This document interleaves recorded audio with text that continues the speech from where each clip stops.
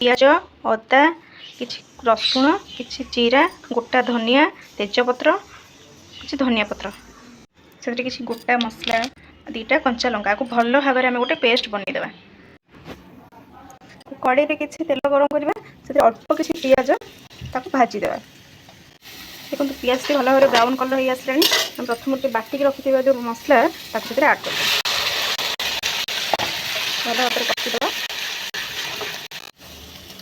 Tomato बर्तमान से किसी गुंड मसला आड करवा जीरा पाउडर किसी लाल मिर्ची गरम मसला किसी मेथी पत्र और किसी हलदी गुंड मेथी पत्रटा आप सब ऐड करेंगे टेस्ट टी बढ़े था। लास्ट रे किसी कला लुण भल भाव कषे मसला टी बर्तमान आम कषेदवा टे भल भाव में कषेवा तेल सब साइड साइड तेल सब बाहरी आसला देखो मसला भल भाव ये आसानी लुण देवा भाजिक रखी किसी सोयाबीन बड़ी सिझे रखी किसी मटर और परिवा ये सब जिन आड करवा।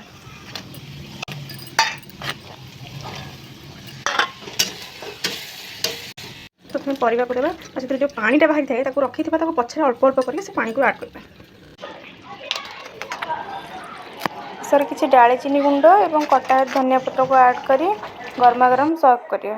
जदि मोर वीडियोटी आपण मानक भल लगी था तो लाइक कमेंट शेयर करने को बिल्कुल भूलिए। Thank you.